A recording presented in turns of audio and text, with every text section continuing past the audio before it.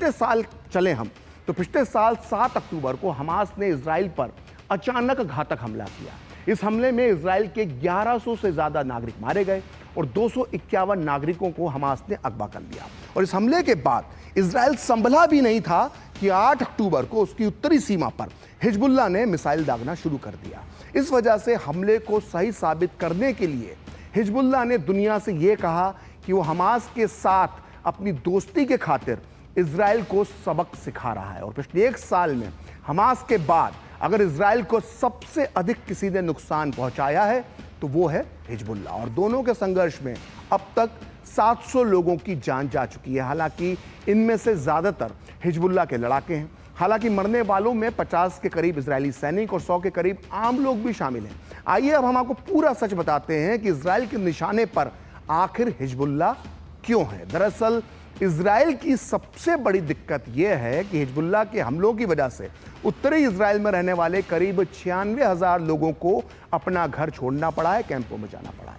Israel जानता है कि वो जब तक हिजबुल्लाह को खत्म नहीं कर देता तब तक उसके उत्तरी इलाके के लोग सुरक्षित वापसी नहीं कर सकते हैं।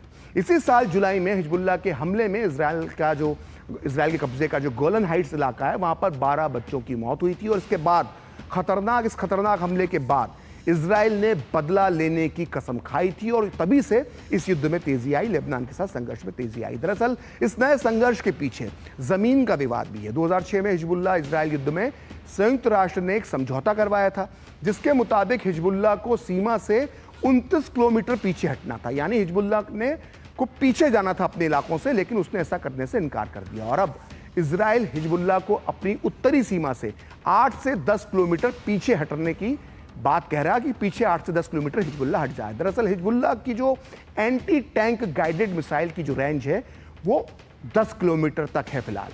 तो ऐसे में इजराइल अपने नागरिकों को सुरक्षित रखने के लिए हिजबुल्लाह को पीछे जाने के लिए कह रहा है। और इजरायली हमले की एक वजह बफर जोन भी है।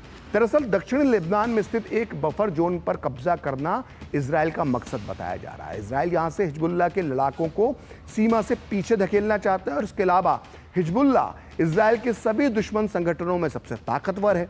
वो हमास के साथ साथ हूती विद्रोहियों का भी समर्थन करता है। और ऐसे में हूती विद्रोही भी बार बार इजराइल को आंख दिखाते रहते हैं और कई बार यमन से हूती विद्रोहियों ने इजराइल पर अपनी मिसाइलें दागी हैं।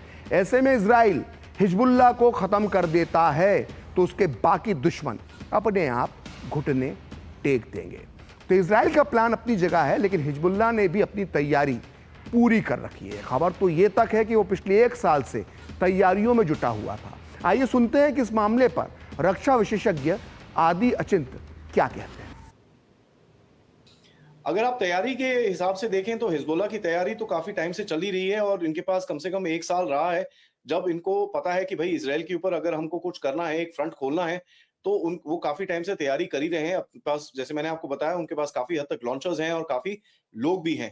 तो अगर आप देखेंगे पिछले 1-2 दिन की ये पेजर अटैक के बाद जो भी रेड्स उस टाइम पे चल रही हैं, आपको ये दिखेगा कि सदर्न लेबनान के अंदर जो 20 से 50 किलोमीटर का एक जोन है, जो एक सीज फायर लाइन के हिसाब से जाना जाता था, ब्लू लाइन जिसको बोलते थे, उसके आगे एक यूएन ड्रॉन जोन था कि जिसको नॉन मिलिटराइज करना था, वो ऑब्वियसली धीरे धीरे करके मिलिटराइज होना शुरू हो गया था। तो उस जगह के अंदर अटैक्स किए गए और उस जगह के अंदर जितना भी मिलिट्री इंफ्रास्ट्रक्चर था उसको टारगेट किया गया। इजराइल की तो पूरी कोशिश रहेगी कि ग्राउंड इन्वेजन ना हो ताकि उनके अपने ट्रूप्स को प्रॉब्लम ना हो, बट जो चांसेस हैं अपने एरिया को सिक्योर करने के लिए इजराइल को नॉर्थ में जाना ही पड़ेगा, लेबनान के अंदर घुसना ही पड़ेगा और जाके उस एरिया को क्लीन करना ही पड़ेगा। अगर वो क्लीन नहीं कर पाएंगे तो आपको ये चीज जो कंटिन्यूअस अटैक्स इजराइल के ऊपर चल रहे हैं वो दिखेंगे। तो इजराइल चारों तरफ से अपने दुश्मनों से घिरा हुआ है और दुनिया के कई देश इजराइल के जन्म के साथ ही उसका राजनयिक विरोध करते रहे।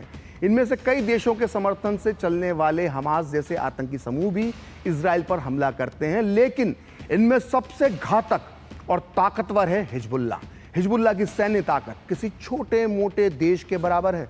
दक्षिणी लेबनान के शहरों, गांवों और चट्टानी पहाड़ियों के नीचे हिजबुल्लाह ने अपने खतरनाक अड्डे बना रखे हैं। इजराइल से निपटने के लिए हिजबुल्लाह वर्षों से तैयारी कर रहा है। उसने जमीन के अंदर मीलों तक अपनी सुरंग का जाल बिछा रखा है, ऐसा कहते हैं, जिसमें घातक मिसाइलों का भंडार जमा करके रखा हुआ है। हिजबुल्लाह की कोशिश होगी कि वो इजराइल को उकसाकर इन इलाकों में ले जाए और फिर गुरिल्ला युद्ध लड़े। आइए देखते हैं कि हिजबुल्लाह की जो सैन्य ताकत है, मिलिट्री स्ट्रेंथ है, वो क्या है? सैन्य विशेषज्ञों का अनुमान है कि हिजबुल्लाह के पास करीब 50,000 फुल टाइम लड़ाके हैं, जबकि इसी साल हिजबुल्लाह के नेता हसन नसरल्लाह ने दावा किया था कि उसके पास 1 लाख से ज्यादा लड़ाके और रिजर्व सैनिक हैं।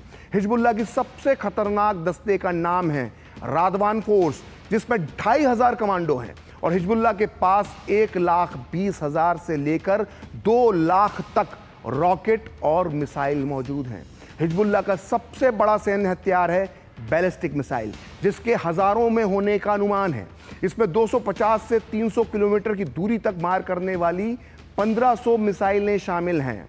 और हिजबुल्लाह ने हाल में ही फादी 1 और फादी 2 मिसाइल से इजराइल के रामत डेविड एयरबेस को निशाना बनाया था, और यह बेस लेबनान की सीमा से 48 किलोमीटर दूर इजराइल के अंदर है। और हिजबुल्लाह के पास जो रॉकेट और मिसाइलें हैं वो 500 किलोमीटर तक रेंज में निशाना लगा सकती हैं। इसका मतलब है कि वो पूरे की पूरे इजराइल को कवर कर सकती हैं। इतना ही नहीं, हिजबुल्लाह के पास तट से समुद्री जहाज तक हमला करने वाली मिसाइलें, टैंक रोधी मिसाइलें और विमान भेदी मिसाइलें भी हैं। और उसके पास ड्रोन से लेकर खुफिया जानकारी जुटाने वाली टेक्नोलॉजी भी है। और हिजबुल्लाह के लड़ाकों को रूस में बने T-55 जैसे टैंक चलाने की भी ट्रेनिंग मिली है। और हिजबुल्लाह ने हथियारों के अवैध अंतर्राष्ट्रीय बाजार से बख्तरबंद वाहन, टैंक जैसे वाहन भी हासिल कर लिए हैं। और साथ ही वो कुवैत, अफगानिस्तान, पाकिस्तान और इराक से विदेशी लड़ाकों की भर्ती करने में भी जुटा है। तो इतनी ज़्यादा है हिजबुल्लाह की ताकत।